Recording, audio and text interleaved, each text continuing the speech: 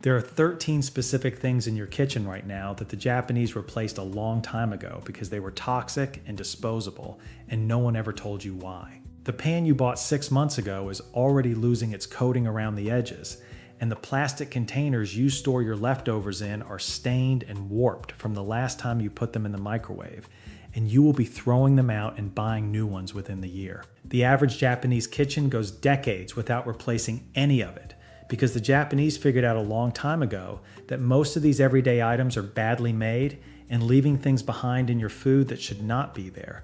So they swapped them out for safer, longer-lasting alternatives. And by the end of this video, you will know exactly what those 13 items are and why each one needs to go, and what a Japanese kitchen keeps in its place. Number 7 is the one in your drawer right now that you were told was food safe, and it is putting something into every meal you have eaten off it for the last 70 years. And the last one on this list is not an object at all. It is the single change that ends the whole cycle of replacing things in your kitchen for good. The first one is the pan you cook eggs in almost every morning. You bought it because the eggs slid off it like glass, and for about 6 months they still did. And then one morning the egg stuck, and you told yourself the heat was wrong, or you needed more butter, or the pan was getting old. So you bought a new one, and then another one 2 years later, and somewhere in a landfill right now there are probably 4 or 5 of your old nonstick pans stacked on top of each other. The nonstick surface was never really the pan itself. It was a chemical film sprayed onto metal, and every scratch from a metal spatula, every time you heated it empty on the burner, every scrub with an abrasive sponge took small amounts of that film off the pan and released it into the air of your kitchen, into your food, and into you. The pan was designed to fail on a schedule, and the schedule is roughly 2 years. A Japanese kitchen tends to have one pan called a tetsunabe, which is a carbon steel or iron pan, and it gets darker and more nonstick every year it is used, not less. A grandmother's pan is often the best pan in the house because the seasoning has been building on the surface for 40 or 50 years. There is nothing sprayed onto it. The nonstick coating is the pan, seasoned into the metal itself over decades of oil and heat. Nobody in Japan is cooking better than you are. They just bought a pan once, 40 years ago, and it is still the pan. Yours was designed to be thrown away, and you throw it away roughly every 24 months without ever asking why. The next one is sitting in your fridge right now, and it is the reason your leftovers taste faintly like the container by day 3. You reheated the pasta in the plastic container because the label said it was microwave safe, and the sauce stained the lid orange, and it never came off. So you bought a new set, and the lid stopped fitting after 6 months, and the sides warped in the dishwasher, and you started buying more. There is a drawer in your kitchen right now full of lids that do not match anything, and you have been meaning to sort through it for about 3 years. The words microwave safe only mean that the container will not physically melt in the microwave. They do not mean that nothing leaves the container. Every time hot food touches warm plastic, molecules from the plastic move into the food, and it happens faster with heat, faster with fat, and faster with acid. Tomato sauce reheated in plastic is genuinely not the same food that went in. A Japanese kitchen stores food in glass, ceramic, or lacquered wood, and the traditional container is a jubako, which is a stacked lacquer box that has been the standard for centuries. Leftovers get transferred out of whatever they were cooked in and into something that does not react with them. The container is inert on purpose, because someone decided a long time ago that food should not be stored in a material that becomes part of the food.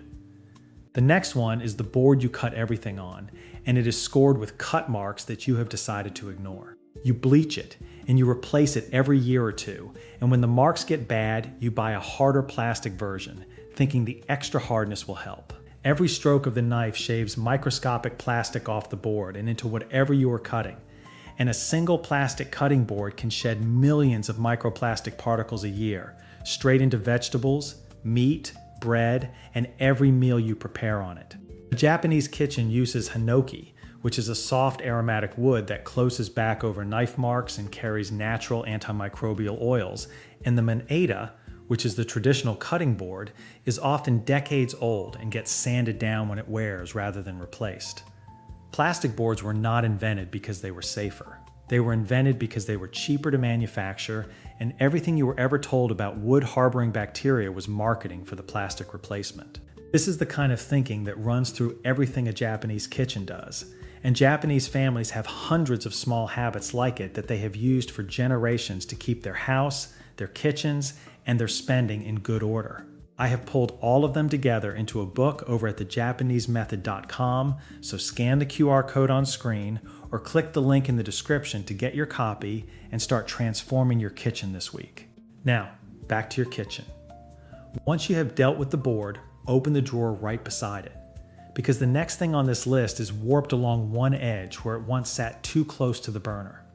The black plastic spatula, the plastic slotted spoon, and the plastic ladle. You have used them every day for years without ever really thinking about what happens to them when they get hot. You noticed the edge looked a little melted at some point, and you figured it was fine, and you have kept using it. Plastic utensils in a hot pan release chemicals directly into the food you are stirring, and black plastic utensils in particular are often manufactured from recycled electronics, which means flame retardants and heavy metals ending up in the exact spoon that touches your dinner.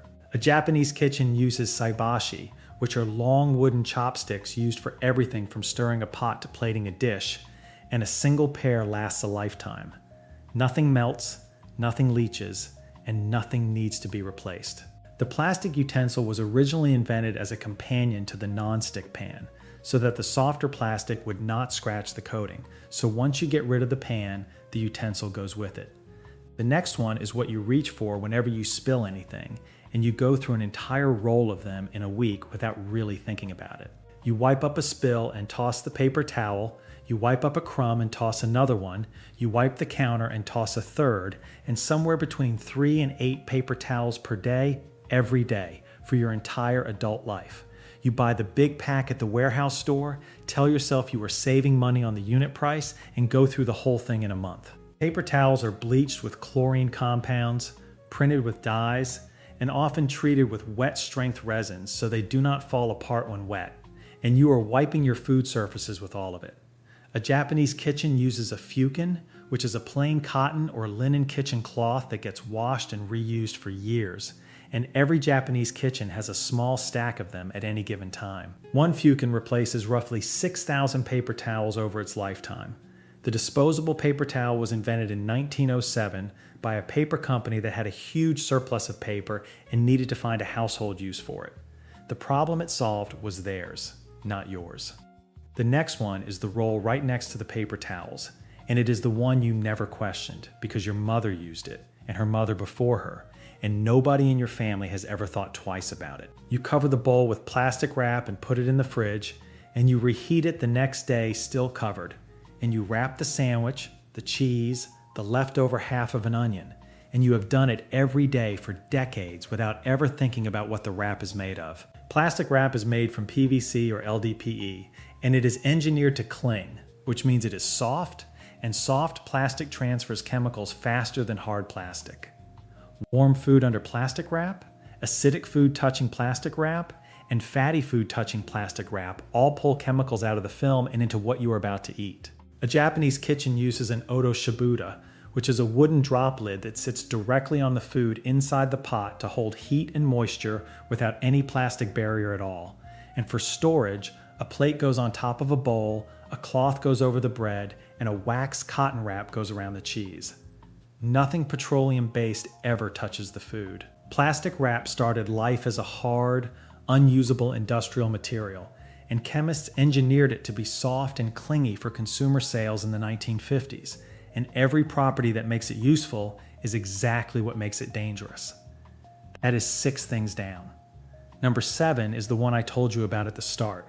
The one you were actively taught was inert, safe, and food grade. It is none of the 3, and once you see how it actually behaves, you will not put another meal on it. This one you were actively taught was inert, safe, and food grade. It is none of the 3, and once you see how it actually behaves, you will not put another meal on it. This is the biggest one on the list. You wrap the leftovers in aluminum foil and put them in the fridge, and you reheat them the next day, and you line the baking tray with foil so cleanup is easier, and you cover the casserole with foil so the top does not burn.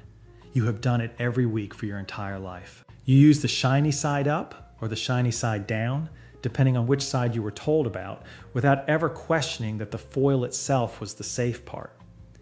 Every time foil touches something acidic, and that means tomato sauce, lemon juice, vinegar, wine, coffee, or a marinade, small amounts of aluminum dissolve into the food. Heat speeds it up, salt speeds it up, and the shinier the foil, the faster it happens. You cannot taste it, you cannot see it, and your body has no efficient way to remove aluminum once it is in there, so it accumulates in tissues, in bone, and in places it should not be. This is why this item is sitting here in the middle of the list instead of at the end. Everything else on this list, you have some intuition about, because you know plastic is not ideal, you know Teflon has issues, and you at least suspect the paper towels. But foil, you were told, was inert, and foil, you were told, was food safe. And every one of the meals wrapped in it for the last 70 years has been doing something in your kitchen that nobody around you has been talking about. A Japanese kitchen wraps food in bamboo leaves, in hinoki wood sheets, in parchment, and in cloth. And rice is wrapped in shoji paper, and grilled fish comes served on a leaf, and meat is folded into wax paper. Nothing acidic ever touches a metal it is not supposed to touch. These materials have been used for 1,000 years and have never been accused of anything. The foil in your drawer was made possible by a mid-century push to use surplus wartime aluminum, and it has been sitting in every Western drawer since your mother's kitchen and your grandmother's kitchen before that, and nobody stopped to ask whether the metal was reacting with the food. The next one is a can you press once, and something invisible sprays out of it, and you use it twice a day, most days. 2 seconds of spray on the pan, and you feel like you are cooking healthier than you would with butter or oil.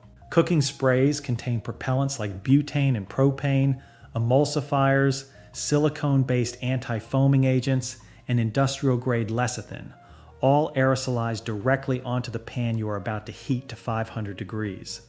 The residue that browns onto the pan and never quite comes off is that mix, polymerized into a film you cannot scrub away. A Japanese kitchen keeps a small oil brush called an abura hake and a dish of good sesame or rice bran oil, and you paint on exactly the amount you need. Nothing is propelled, nothing is aerosolized, and nothing is sprayed into the air you are breathing while you cook. The can exists because oil in a bottle is not patentable and does not require a factory. The can required both, so the can got invented. The next one goes into a machine you rely on to clean everything else, and it is wrapped in a film you did not know was plastic. You drop the pod into the dishwasher, close the door, and run the cycle, and it feels convenient and mess-free and pre-dosed. You upgraded from the standard pod to the 2-chamber pod, and then to the 3-chamber pod, and you feel like you are keeping up with the technology. The clear film wrapping the pod is called PVA, which stands for polyvinyl alcohol, and it is classified as water-soluble, which sounds harmless. Soluble does not mean the plastic disappears. It dissolves into microscopic pieces that pass through wastewater treatment and end up in waterways and eventually back in the water supply. Every pod is a small deposit of plastic. Traditional Japanese dish care uses powdered mineral cleaners and a tawashi, which is a natural palm fiber scrub brush that lasts for years and composts when it wears out, and dishes get done by hand in less time than it takes to load a machine, with nothing dissolving into anything.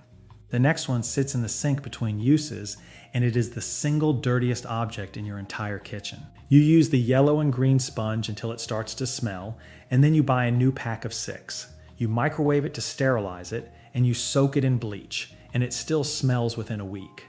Synthetic sponges are made from polyurethane foam, which is a petroleum plastic, and every scrub sheds microplastic fibers into your sink, onto your dishes, and eventually into your water. The smell is not dirt.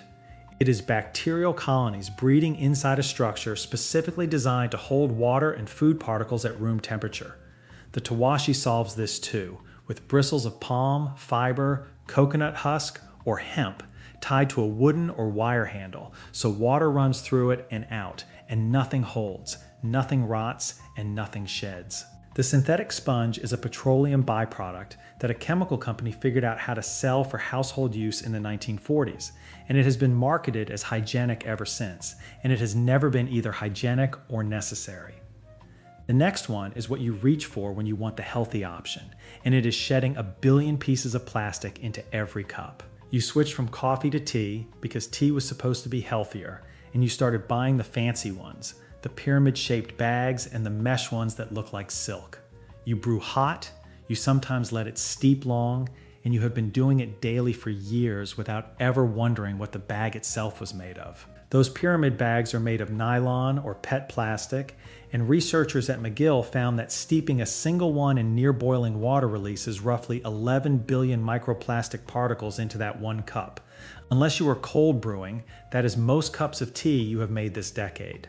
You have been drinking them for years, and the silky premium-looking bag is the worst offender of all.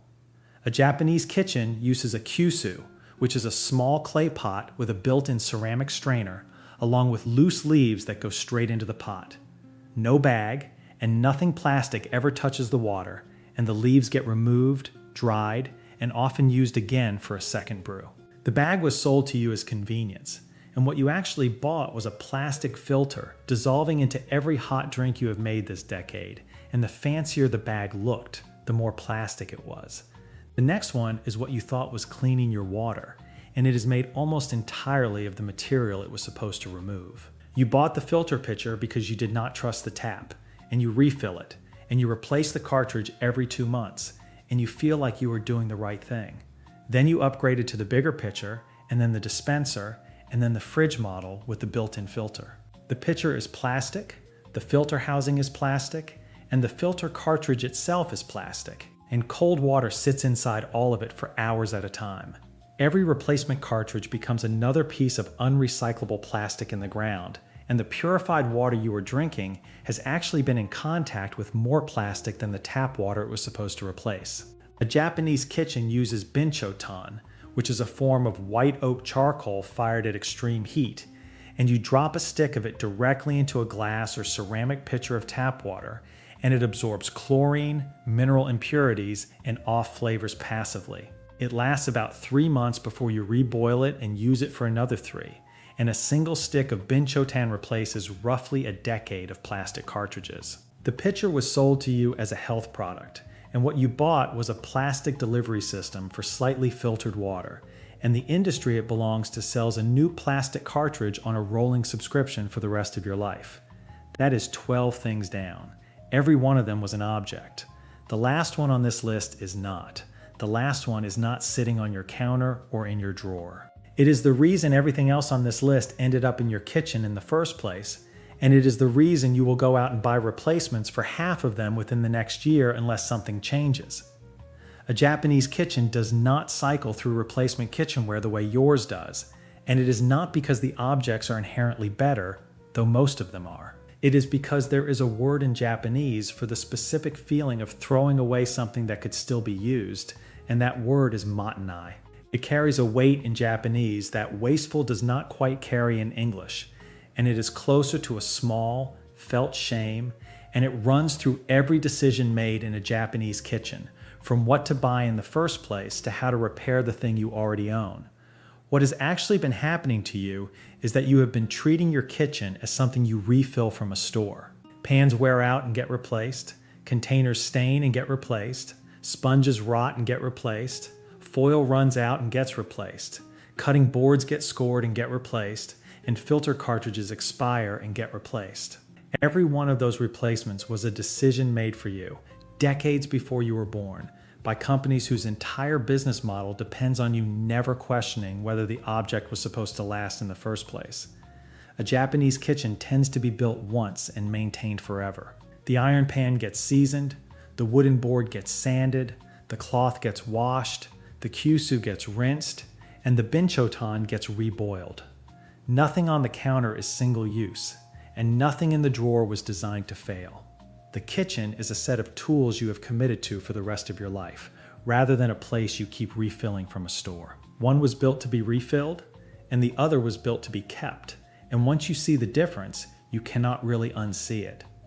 Go open one drawer in your kitchen right now, pick the one item in it that fails hardest on everything you just watched, and replace it once and properly this week. Let me know if you found this useful and share this video with someone who needs to see it. Thank you for watching, and make sure to click the video appearing on your screen now for more. Until next time.